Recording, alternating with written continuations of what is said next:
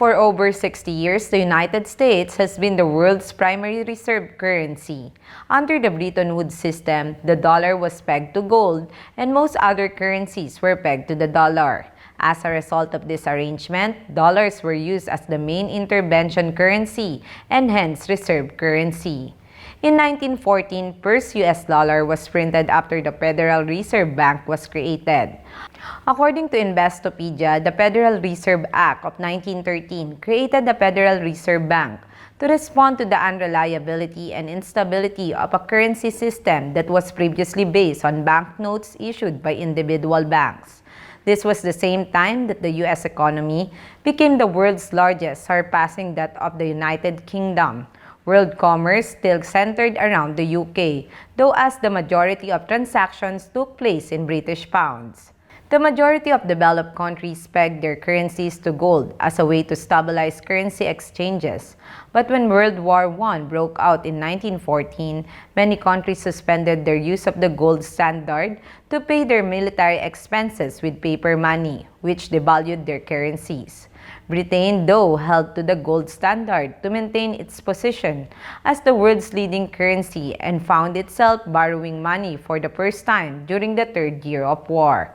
The United States became the lender of choice for many countries that wanted to buy dollar-denominated U.S. bonds. Britain finally abandoned the gold standard in 1931, which disseminated the bank accounts of international merchants who traded in pounds. By then, the dollar replaced the pound as the leading international reserve currency. The U.S. entered World War II after hostilities began, as it had done in World War I. The United States served as the main supplier of weapons and other goods to the Allies before it entered the war. Most countries paid in gold, making the U.S. the owner of most of the world's gold at the end of the war. Because of this, it is impossible for countries that have exhausted their reserves to return to the gold standard. In 1944, delegates from 44 Allied countries met in Bretton Woods, New Hampshire, to come up with a system to manage foreign exchange that would not disadvantage any country.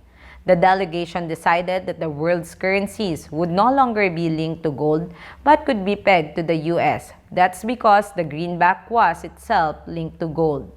The arrangement is known as the Bretton Woods Agreement. It was established by the authorities of central banks to maintain fixed exchange rates between their currencies and the dollar.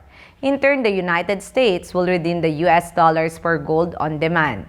Countries have some degree of control over currencies in situations where the values of their own currencies become too weak or too strong relative to the dollar. They can buy or sell their money to adjust the money supply. I am Lovely Montoya of Manila STV.